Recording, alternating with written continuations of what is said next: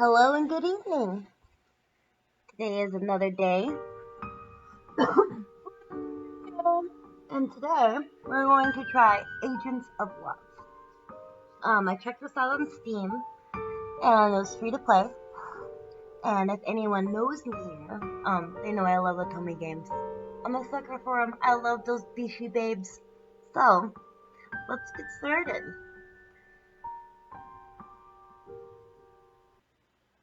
We're gonna do the prologue. Prologue!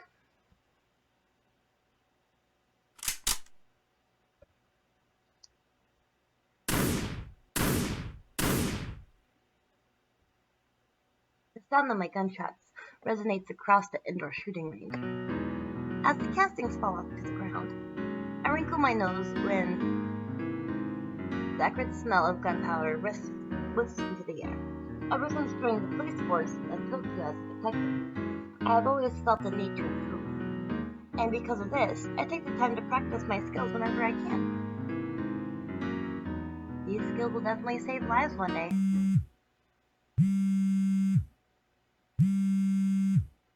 I suddenly feel a phone vibrate in my pocket, instantly alerting me to an unexpected call. Who's that, I wonder? After safely placing my gun down, I take off my earmuffs and then grab a hold of my phone. Surprised to see a call from an extra high-ranking superior, the Commissioner General of the National Police Agency, and the beloved father who adopted me, Makoto Takeuchi. But why would Dad call me on my break? I swipe the screen and quickly answer the phone. Hello? Dad?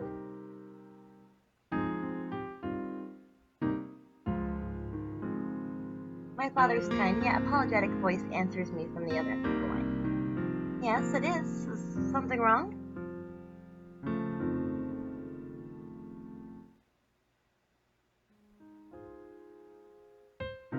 It's no bother. I'm just at the shooting range at the moment. I'll be there soon.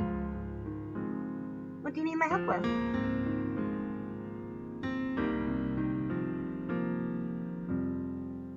Dr. Fukuyama's office? Sure, no problem. I'll head there right away.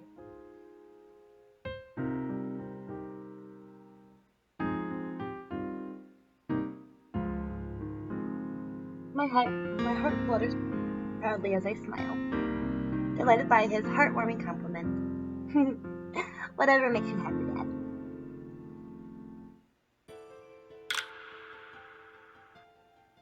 My ears instantly perk up as my detective instincts rise up to the tail. A new mission? Alright, Dad. I'll finish up here and head over soon. After saying our goodbyes, I quickly organize my things to leave curiously wondering what my mission would be, yet feeling ecstatic that I could be of help. I pass through the hospital lobby on the way to meet with Dr. Fukuyama. Well, unusually catchy tune instantly grabs my attention.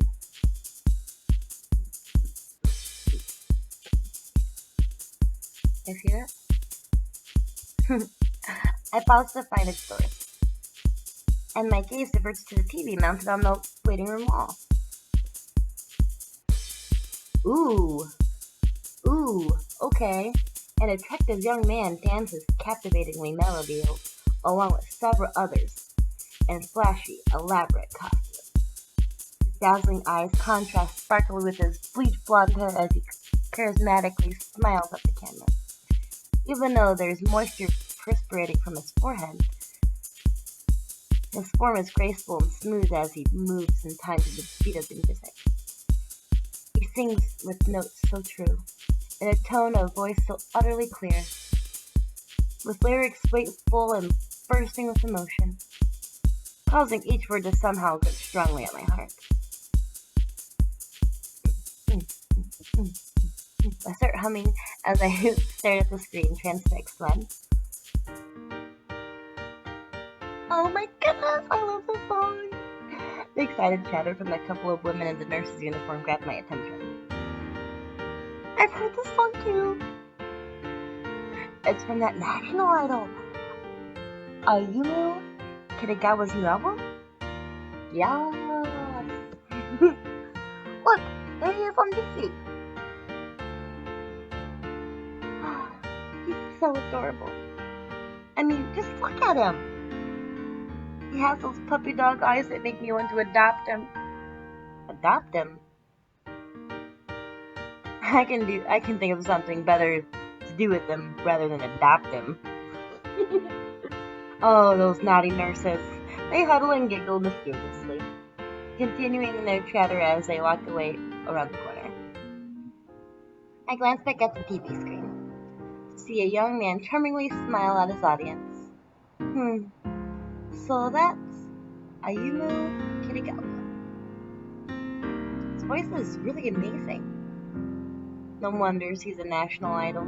As I continue to gaze at him, there's a strange feeling of deja vu, stubbornly nigging at the back of the corner of my mind. Somehow his face seems familiar.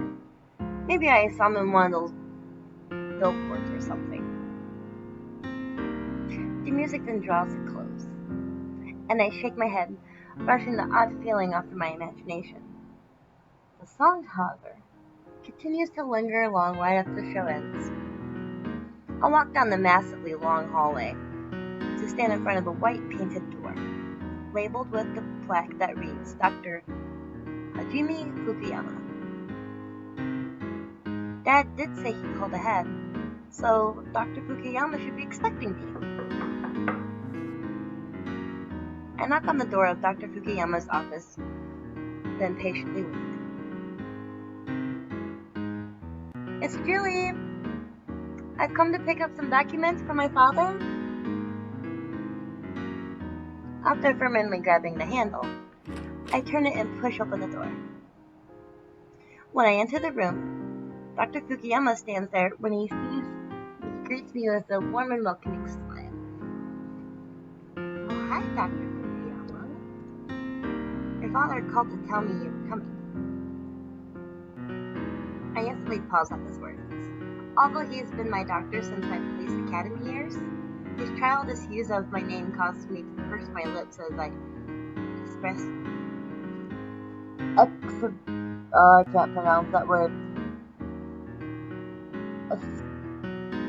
Whatever. Frowned at him. Really frowned at him. Okay? Would you please stop calling me that? I got it a long time ago. I'm now a proper full-fledged detective. That is why I'm here, after all. Dr. Fukuyama reaches over his desk, and he picks up a stack of folders before handing them to me.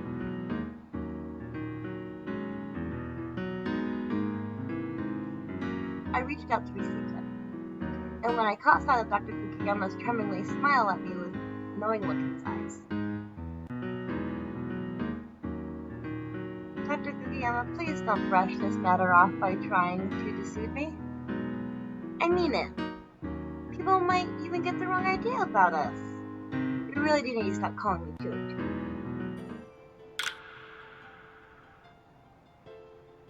Angles his head slightly. With the building mole on his neck on his cheek. I served to emphasize the color of his eyes that they sparkle in amusement.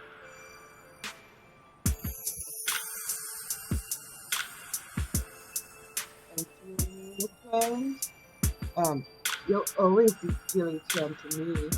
Ah! Oh, this doctor's so cute. An unexpected tenderness in his voice causes me to fluster. When I cast my gaze downwards, instantly feeling self-conscious, when I suddenly hear a chuckle. Irate, I'm about to cast a shooting glare when his hand reaches out to pat my head with fond familiarity. His gentle warmth seeping from his palm with his sincere and calm expression instantly puts me at ease. Dr. Fukuyama?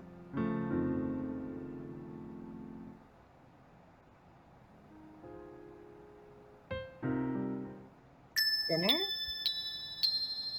His he asking me out on a date?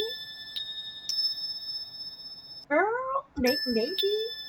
Wary, I search his inspectable features to find any deeper meaning to them.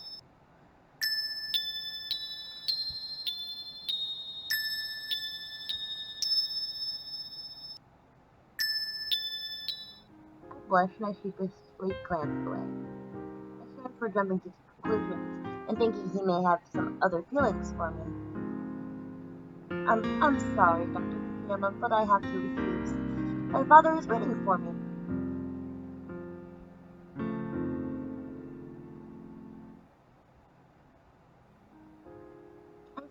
I smile gratefully and give him a polite bow. It was nice meeting you, Mr. Dr. Fukuyama. Thank you for always taking care of me. I'm sorry if caused you any trouble.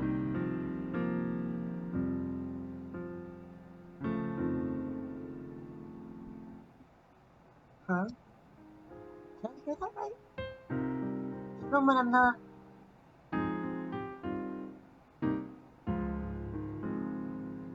The direct dismissal makes me hesitantly bite my lip, but I decide to follow his cue and make light of the conversation.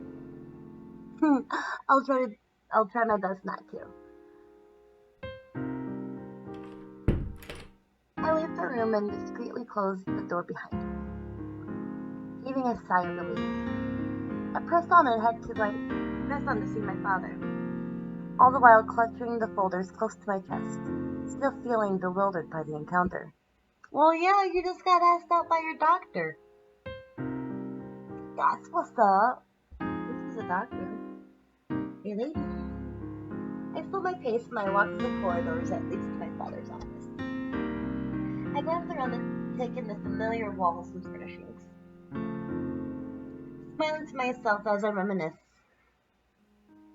remembering the numerous times I had come here when I was younger.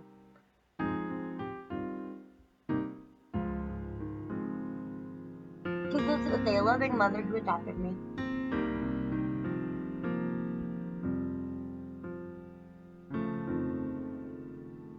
I mysteriously lost my parents when I was at a very young age.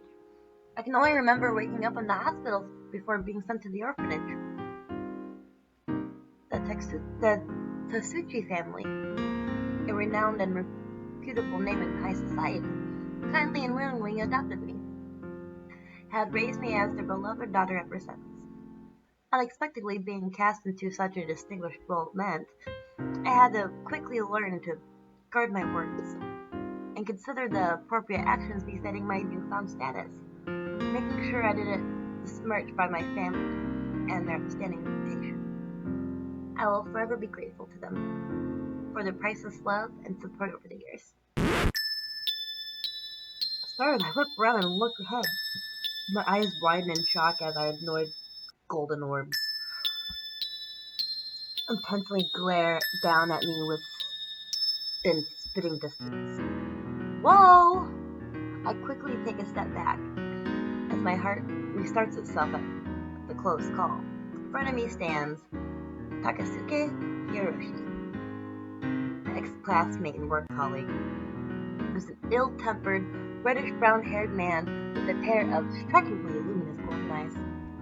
We've known each other for a very long time. Long enough to know he can be the most irritating being on the face of the planet.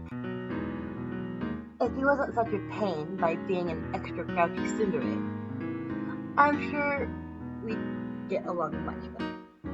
After graduating from the police academy together, he managed to make a name for himself in the IT specialist.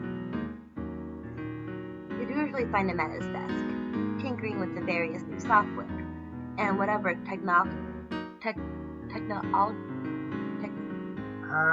can't read or talk English today. Technological gadgets he can get his hands on. In this day and age, where the internet and social media is a major part of everyday life, his priceless skills have helped us solve multiple cases in record time. Unfortunately, he has also made him rather stuck up and stubbornly pig-headed sometimes. He infuriatingly smirks at me, his eyes narrowly insulting me, filled with disdain.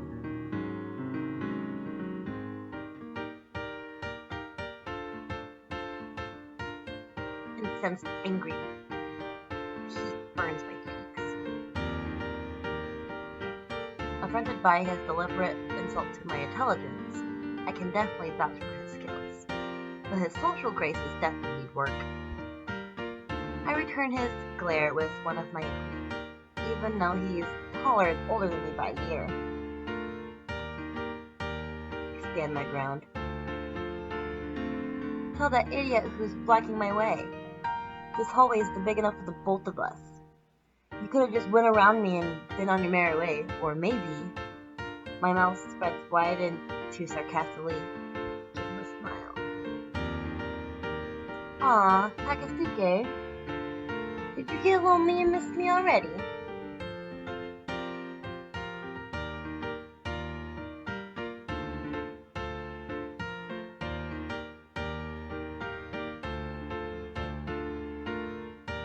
You wish.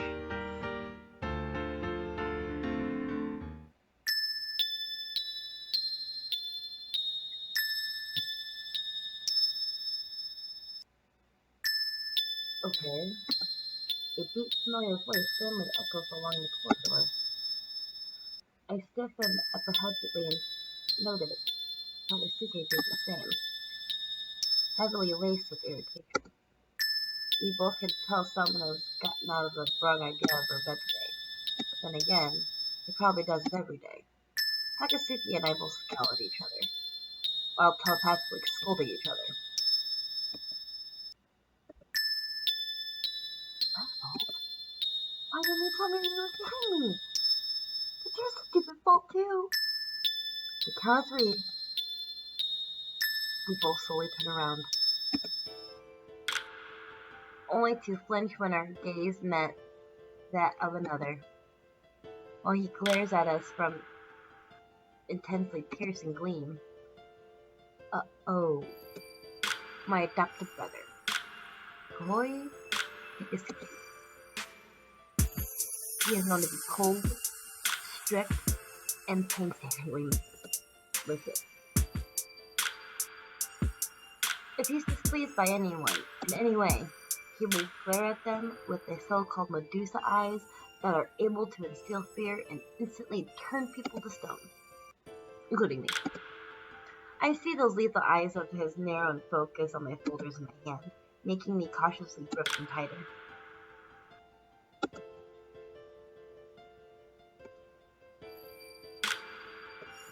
Flirt, I wasn't that's my day.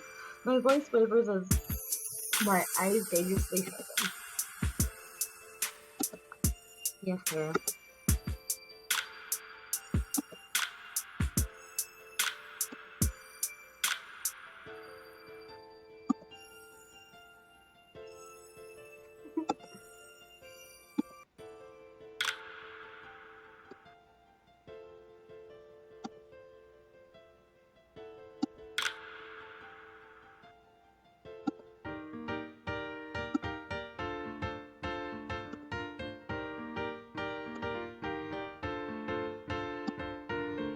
The light takes me airs at me before turning around and casually abandons me. Takasuke, you jerk. When I get my hands on you, I'll It's so frustrated, I love it. I take a deep breath and wearingly glance up at my brother. Sure enough, his penetrating glare is back to solely focusing on me as I stand rooted in my spot. I struggle not to fidget and cower to his scrutiny of me. But it's close to impossible when it's my own big brother.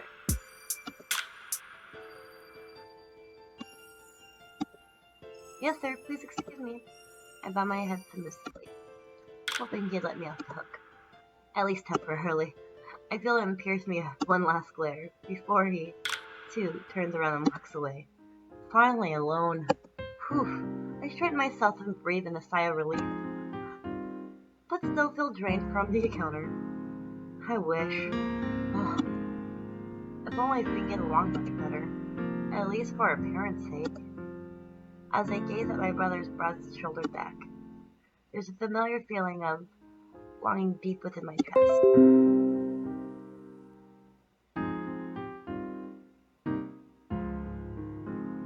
My computer's down. I briskly continue on my way.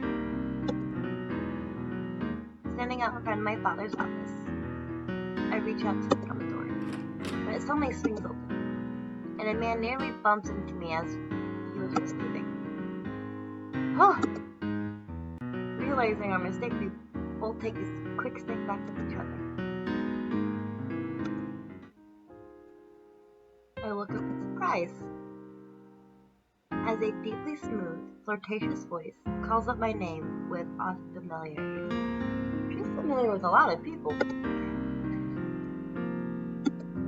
Oh, you're Rosie Asakawa, the only son of the heir of the Deputy Prime Minister Asakawa, and my childhood friend.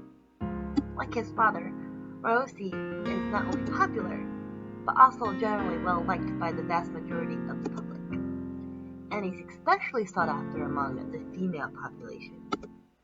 As proof, he has consecutively been voted as one of the most eligible bachelors in multiple women's magazines. Those women must be blind, or he must have seduced a lot of them, according to the tabloid. Not a week goes by, and he's already had a new woman in his arms. Not that I read those types of magazines regularly. Well, okay, I do.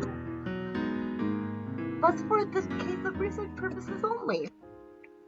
Our families have known each other for as long as I can remember. I must admit, it's been some time since I've seen him. However, judging by the smirk on his lips, his arrogance has grown in proportion as his height. He also owns a pair of memorizing cat-like eyes, filled with emerald-green irises, which I now belatedly realize are currently gazing down at me, giving me his full, undivided attention. Huh?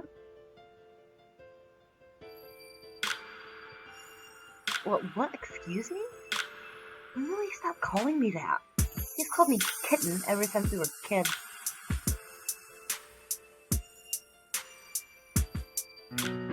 I cast him a shooting glare, annoyed by his arrogant assumption. Yes, I'm admiring the fact that your ego seems to have grown to new levels along with your height. Rather than to be offended by my biting tongue, he smiles even wider in amusement.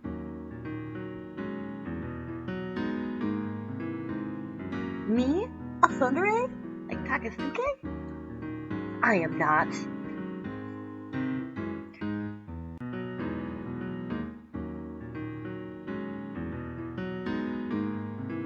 That's none of your... I nervously swallow as he leans and stares at me through his half-lidded eyes. His riveting gaze slowly moves from my face down lower, before flicking back up again.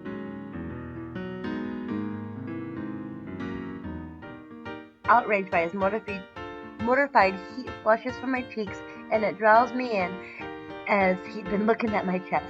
You pervert! I lifted the documents in my hand, fully intending to hit them with them, when he deftly grabs a hold of my wrist and tugs me intimately closer. His gaze narrows seductively, and I tense as his long, slender fingers underneath my chin, devilishly lifting it, causing my rapid beating heart to instantly stop when our eyes met. I feel more heat creep along my cheeks as he whispers sensually close, far behind the bounds of propriety. Easy there, kitten. Why don't you retract those claws of yours and purr for me instead? Oh my god! He really? Okay, so he's a childhood friend that we haven't seen for years, and then, wow, okay. His so few words caused my heart to frantically pound hard against my chest, and there's an odd tightening in my stomach as his voice lowers an octave below. Until I feel his thumb gently trace itself along my bottom lip. Oh, wow. Okay. His slight, unfamiliar touch startles me back into reality as I hurry to push him away from me. I cast a measured glare as much air as I could into my strangely starved lungs. Mr. Akawa, Mr. Akawa.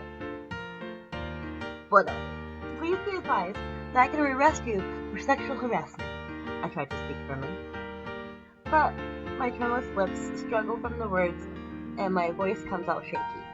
Unfazed, Rose smiles at me, his gazing glittering in obvious amusement. I definitely wouldn't mind being arrested by a little kitten like you. Oh my god! And narrow my gaze at him, annoyed for not being taken seriously. Would you please stop calling me after an animal? Can't you see I'm a fully grown human being? The corner of his lips curved up into a sensually seductive smile, instantly giving me a cause of alarm. I feel the rapid beating of my heart at the predatory look in his eyes.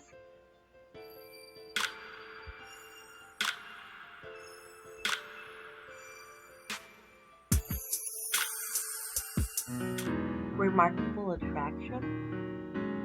I bet he says it to all the women. Holding a conversation with you is meaningless. Unlike someone, I have things to do.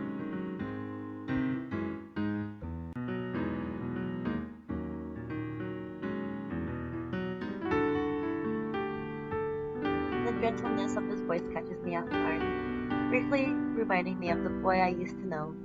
But he suddenly leans unexpectedly closer. I'm startled by the light brush of his lips against my forehead. Oh, forehead kiss. Full of familiar and affection. Until we meet again, kitten. Aw.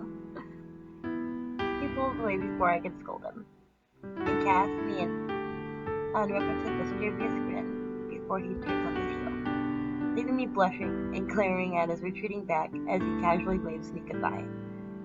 I press a trembling hand to the center of my chest, to unsurprisingly feel my heart pound hard against my palm. The day is not even over yet, and I already feel like I'm about to have a heart attack. I heave another breath to calm myself before gingerly knock on my father's door, receiving his permission before I enter his office, seeking much needed sanctuary. When I step foot inside, I smell the lingering scent of coffee. I notice my father sitting at his desk, his face obscured, buried in deep in today's paper.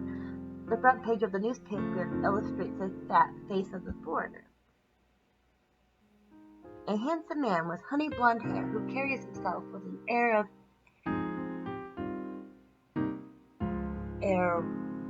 aristocracy? Can't pronounce that word. I wonder who he is. He must be important as he's taking up the full front page. My father folds the newspaper away, and I readily hand him the folders and I received from Dr. Fukuyama. Sir, I've brought you the documents you requested. My heart fills with filial love as his heartwarming words, and I smile happily in return. You mean my new mission?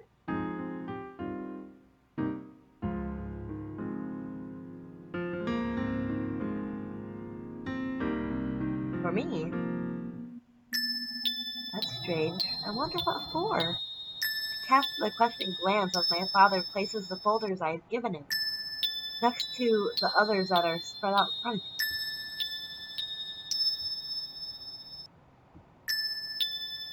Choose one. I peer at the folders on his desk and pursue the choices before me. We have Rau, boy we just talking about, Doctor Shiro. I don't remember who Shiro is. Whew. Alright. Menu.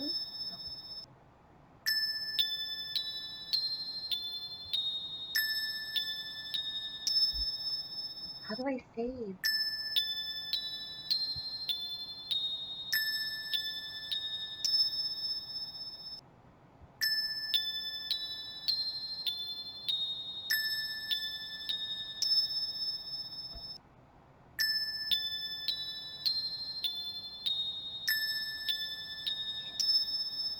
Well,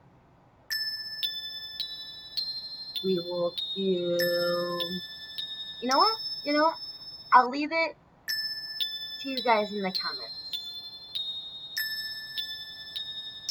Type 1 for the first option, 2 and 3, you know how that works. And I will see you guys in the next one. And then maybe we'll have someone pick a route. And then we'll investigate him and stuff. And see all those beachy babes. Yeah. Anyway, I'll see you guys in the next one.